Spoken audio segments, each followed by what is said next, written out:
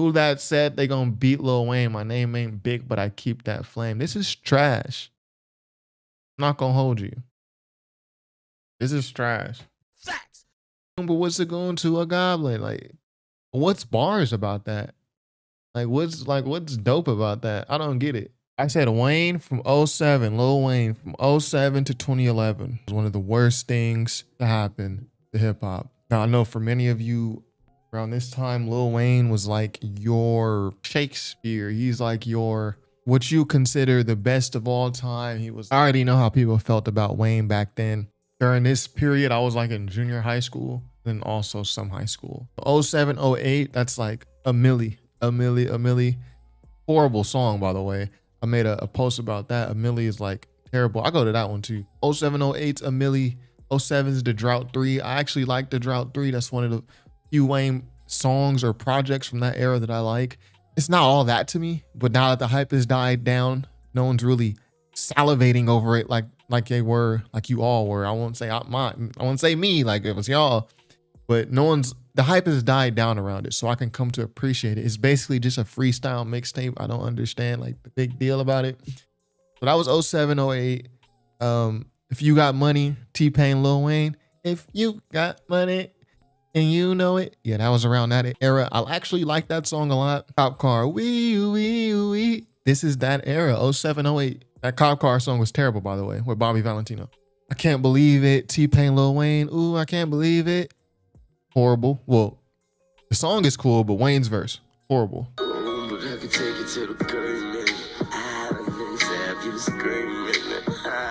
And I would say that's '07, '08. From about '09 to 2010, that's when you probably got 6'7", 6 foot, 7 foot, 8 foot. Real G's moving silence like lasagna. That's the line we all remember. 2010 from 2011, I would say that's like Lil Wayne right above it. That's No Ceilings, which I thought was cool. I'm Single, that song, cool. But again, it's not worth going super crazy over. You know what? When I was in high school, like, bro, if you didn't like, I remember I was working at In-N-Out Burger. That was my first job, In-N-Out Burger. If you're from SoCal, you know In-N-Out Burger. If you're from California in general, I was working at In-N-Out Burger, and it was maybe, that had to be '09 from 2010, somewhere between that time. And there was a guy there who worked, he was around my age, and he had like the Young Money t-shirt. Again, I didn't listen to these guys. Young Money, like, I think it's one of the worst things to happen to hip hop. He was a huge Young Money. And then this is '09, '10, when Drake is coming out, when Nicki's coming out. Like, so you got Wayne, you got Drake, you got Nicki, you got like this three-headed dragon, three-headed monster. I remember he asked me, do you listen to Drake? Because Drake was kind of new. So some people were still finding out about him. If you weren't on the internet, like, again, the youth is going to drive the movement, the music movement. So if you weren't on the internet, you might not have heard Drake until Best I Ever Had came out, or even later than that. I remember saying like, nah, I'm not into Drake. Like, what? He was like, what? Like, who? He was like, who do you like, Lil Wayne? I was like, nah, I don't like Wayne either. Dude looked at me. He was like, he looked at me. He said, then what do you listen to? He's like, do you listen to music? He's like, well, what do you listen to? Bro, that's how big these guys were back then. He's talking as if these are the only two musicians out. He was probably thinking like, what do you listen to? Like rock music or something? Like, no. When y'all was listening to Young Money, Wayne, Drake, Nicki, guess what I was listening to? In '09, '10, what was I listening to? This is what I was listening to. It's facts. Can I hit my facts one time? Facts. When y'all was listening to Wayne and Drake, '09, '10, like the dude I worked with at In-N-Out, acting like they're the only musicians out. What was I listening to? I was listening to this, the warm up. I was different, man. I'm not just capping either. You can look at my website. My website goes way back. Hold on. There we go. So this is what I was listening to when y'all was listening to Wayne in '07, '08, '09, '10, '11. I think he's one of the worst things to happen to hip hop. Why do I feel that way? Wayne didn't start Autotune, right? Autotune goes way back. Roger Troutman, and even before him. But Wayne is like the first mainstream rapper that I ever heard who used Autotune. Mainstream rapper. So that automatically takes T-Pain out of the equation. Wayne was the first one I heard to use Autotune. And after Wayne, it just became a I won't say plague. I don't mind auto-tune, but it became a plague on the industry. Again, the song that I was mentioning earlier, if you got money, I'm not gonna play it because, you know, I don't want to get copywritten. But Wayne has auto-tune on here. And you listen to You Lick Me Like a Lollipop. I actually like this song. It's something different. But auto-tune. Wayne is the first mainstream rapper that I heard who really was using auto-tune like that. And why do I think that's a part of one of the worst things that happen to hip hop? Well, it becomes a copycat game. But more so, I think Wayne's rap style is what bothered and still bothers me the most. It's such a lazy style. It's like he's freestyling on every song. It's like he's not taking any time at all to write these rhymes. He's just freestyling. He's stream of consciousness. Really, it's called non sequitur. Wayne's style is called non sequitur. Nothing he says follows what was previously said. It's like all just random rhymes. Non sequitur. Non sequitur. Conclusion or statement that does not logically follow from the previous statement. That's how he raps. So it's just a random song. And let me show you. Let me show you what I mean by this. Milli lyrics. So keep that definition of non sequitur. A conclusion or statement that does not logically follow from the previous statement. Lil Wayne's style is non sequitur. So let's look at a Milli, which is a horrible song, by the way. Even the beat is horrible. Sorry, Bangladesh. A millionaire, I'm a young money millionaire. Tougher than Nigerian hair. This has nothing to do with this one. My criteria compared to your career just isn't fair. Has nothing to do with the previous line. I'm a venereal disease like a menstrual bleed. Nothing to do with this previous line. It's like all random. He's just saying anything that comes to mind.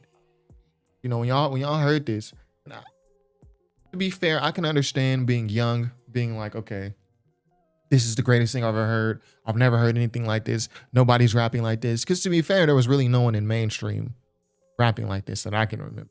A lot of people came and then took this style, which is why I think he's one of the worst things to happen to hip hop, Lil Wayne. I'll get to that later.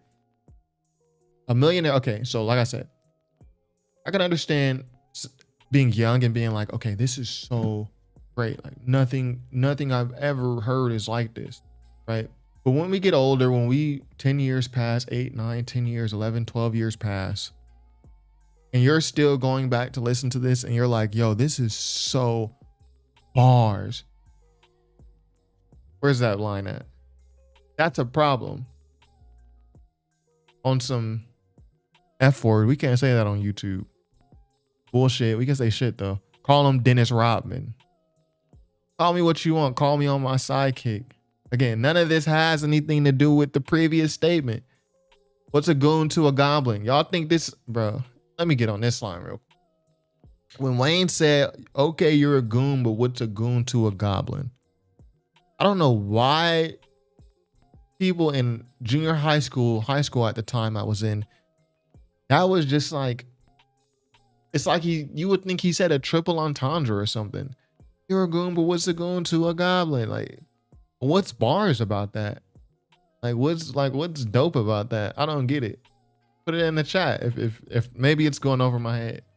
So I can understand being 14, 15, even 16 being like, yo, this is fire, right? Well, actually, I didn't understand it at the time. But, you know, for y'all who are, you know, a little more easily impressionable, which I am not, I'm just saying, I can understand listening to this and being impressed. But, you know, we grown now. You change your name to my chick. No, this is the verse I want to get on. Where Andre 3000, where is Erica Badu at? Who that said they gonna beat Lil Wayne? My name ain't big, but I keep that flame. This is trash. I'm not gonna hold you. This is trash. Facts. I don't owe you like 2 vowels. Okay, I mean, I ain't mad at this. Oh, you, those are vowels. He doesn't owe you like 2 vowels. Okay. Got so many chicks call me like Maori. Like, come on, dude. But anyways, I can understand being there at the time and saying, okay, this is great. Like, this is one of my favorite songs. Nothing else sounded like this. Nothing really sounded like Wayne at the time. Again, like I said, he was one of the first rappers I heard that to use auto-tune on a song as a rapper, as a mainstream rapper at that time. Well, period. But then specifically at that time, he wasn't the first to use Autotune, the first musician. But in terms of rap in that era, he kind of took that and ran with it. And there's no one really sounding like him. But the issue is, after he went and sold 1 million the first week, shipped 1,005,545 copies the first week. So the issue is, when this happens, you have a bunch of other people who want to come up and do this style, who say, I need to get on this same wave. This is blog era. So we had so many different artists coming out around this time. I already mentioned Kendrick. I already mentioned Cole, Big Crit, right? Wiz Khalifa's at this time. Blue, I mean, from my underground head, shout out to Blue. He just came out with a new project. We had so many different styles. Stylistically, Chance the Rapper kind of, he wasn't in this time era, but he was like a residual, as well as Joey Badass. They were like the very tail end of the blog era. But the point is, there were so many different styles out. But then after Wayne, like, everything kind of consolidated. And maybe you can make the argument, okay, this was going to happen anyways. It's not Wayne's fault that this happened. It's not Wayne's fault. If it wasn't going to be Wayne, it was going to be Drake. If it wasn't Drake, it was going to be Wiz. Like, someone was bound to take control of this kind of Wild West is what it was. It was like a Wild West. You could make the argument, yo, Wayne, wasn't Wayne that was going to tame this Wild West. Someone was going to tame it, okay? And I'm not mad at you. I agree. But the fact is, it was Wayne who did it. So after Wayne, you kind of have this depreciation in the quality of music. Depreciation. Reduction in the value of an asset. Yeah. You have this depreciation in the quality of music. And now you have all these guys coming out with songs. Like, for example, when J. Cole rapped on the warm-up, and he did a song like Lights, Please. I'm trying to find the track list. J. Cole, when he had a song like Lights, Please, Lights, Please, Lights, Please, turn off the lights. That was a song with the theme. It's about a girl who's like spiraling out of control. When J. Cole did Dreams, it's the girl of my dreams. That's a song about him stalking a girl, like, and becoming progressively more stalkerish as the song goes on. Each verse is more creepy than the last. So my point is, Dollar in a Dream, this is about his come up. My point is, Wayne's style is not like that. Wayne has like a couple songs that have themes. The rest are just like this. I'm Nigerian hair, menstrual bleed. Where's Erykah Badu at? I got a lawnmower. It's just random shit that rhymes, right? But during this era, I'm talking about 07 to 2011, everyone wasn't rapping like that. I just mentioned J. Cole, who was coming up. Like, he had songs with themes. I brought up the Kendrick Lamar EP. These are songs with themes. She Needs Me. It's about a girl and a crush that Kendrick Lamar has. Vanity Slaves. I mean, that's pretty self-explanatory. Thanksgiving is about his family. PMP is about him getting in trouble due to, pussy and Patron make me feel all right.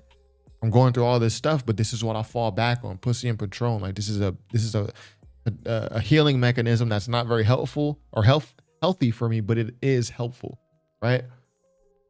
So it was artists making these different types of songs. Even Wiz Khalifa at the time, Ink My Body Up. Ink My Whole Body Up was the name of the song. It's just about him being super tatted, but it's just not a random ass song. But when Wayne sold 1 million copies, let me go back. When Wayne sold 1 million copies with this album, of course you have it's a copycat industry at the end of the day. Business in general, once something reaches mass consumption and you have investors, so your investors are going to mandate, like, we need to do things like this so we can get our sales, our profits up, our share price. That's how it works, bro. So at the end of the day, when Wayne goes platinum the first week, folks can't even go platinum today after 2-3 years, and this is with streams. This is platinum with like physical copies, bro. Like, this is 2008 was when the Carter 3 came out. This went platinum. This wasn't like digital downloads were around, but they weren't like, I don't even think digital downloads were ever like the main source of music consumption. Even there was like a pocket of time between where physical CDs and stuff were dying, but then streaming hadn't taken off yet. I remember when Spotify initially sent out their first invites. It was first only to Europe, if I remember correctly. And then to the US customers, like you had to put your name on the list and then you got access. But that was still like 2011. So there was a time from like 08 to 2011, which is this blog era. This is where the blog era took place. This is literally that time. There was a time where physical was dying, but not dead, but it was like rapidly decreasing. If it was a chart to show sales, physical sales, it would look like this. But then streaming had also not really taken full grasp. But then Wayne still comes, regardless of all that, and sells 1 million copies. So I say all this to say, when you have success like that, people are going to start copying you. And the sad thing for Wayne is, well, in my opinion, his style wasn't that good. Again, it's random shit. His music really made in one take. This is like one take type shit. If I could play this song right now, I would. But you know, copyright plus the audio issues, we coolin'. But it's like one take. It's like he just went in. He was just super high and drunk. He just went in, said anything, and left. And that's how I won't say the whole Carter 3 album sounds like that, because Carter 3 does have some good songs. Like Mr. Carter with Jay-Z. Is that on this album? Yeah, Mr. Carter. It's cool. Let the Beat Build. Yeah. Lollipop, I like that song. Yeah. I don't even remember a lot of this stuff though. Like I'm Me, I remember that song, but bro, Comfortable was cool. Comfortable was a good song. Don't you ever get too comfortable. Okay, you know, Miss Officer trash. But that's why I say Wayne was one of the worst things happening to hip hop. Stylistically, I mean, in terms of quality, people go and now they copy this. Now everybody's rapping, just nothing follows the next. It's all just random word salad. Saying anything. Autotune is fine. I have no issue with autotune, but it's not intentional. Autotune. It's like especially like a couple years ago. Now rappers have kind of found their lane with autotune. But around this era, it was like, this song don't need autotune for a lot of people. Like, yo, you're just doing this because Wayne did it, because T-Pain did it. That's why I say, you know, Wayne 07 to 2011 was one of the worst things to happen to hip hop. Shout out to Louis the Gent. He said, yeah, they speak on his influence and in the same breath talk about all the bad artists we have today. Like it's not related. And that is just on point. Like that is on point. This is literally what I'm saying in just way more concise words. Yes, Lil Wayne is probably one of the most influential rappers ever. Probably number one. Well, I would put like Rakim, Run DMC, because they built like the base, the foundation that everyone else followed. You know, Sugar Hill Gang, whatever. First rappers. Grandmaster Flash, MC Shan. Gotta shout out all the legends, right?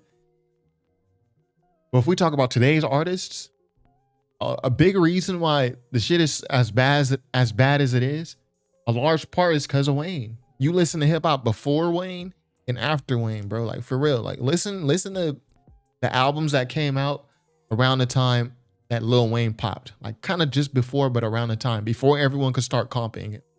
There's a variety of sounds. Like everyone's not using auto-tune. It's not just a bunch of random ass songs. I spelled Wayne wrong right here. I said Wayne. But this is correct. This is 100% correct. They speak on his influence. Yes, he's very influential. But in the same breath, talk about all the bad artists we have today. Which, I mean, I think we can all agree that rap is kind of weak today. I want to be nice with my words, right? Like it's not related. No, it's very related. And it's due to Lil Wayne's huge influence. I think I did a tweet about a Milli. I think I got a couple folks mad with that one too. Let me see. Oh yeah, here it is. Milli was a terrible song. Let's keep it a bean. Hold on, where are my academics facts? Facts. Milli was a terrible song. Let's keep it a bean. Okay, where's Erykah Badu at? Who's gonna beat Lil Wayne? Name ain't big, but I keep that flame. Call me Mr. Carter or Mr. Lawnmower. It's trash. The beat was terrible and Wayne's lyrics were elementary. Wayne said, chrome lips poking out the coupe like it's pouting. What the fuck is he talking about? Where did he say that in this song? Here it is. He said, mofo, I say life ain't shit without me. Chrome lips. Poking out the coop like it's fountain. What does that mean? Oh, man. So, yeah, this is a little meme I posted with it. I thought it was funny. So this is how y'all react. I mean, to me, when I was in school, like I was super young when this came out, like 12, 13, 14. So this is what everybody's on. Everybody's on. Right, nutsack, all that. So to me, this, when they listen, I'm listening. In the meantime, I'm listening to Kendrick, Lupe, Mos Def, Cole. They got bars way better than this. But to me, this is how y'all look when y'all react. When y'all hear Wayne say chrome lips spoken out the coop like a fountain, this is what it looks like to me. Oh my God. Oh my God. Oh my God. That's how y'all reacting to these weak bars. Oh my God.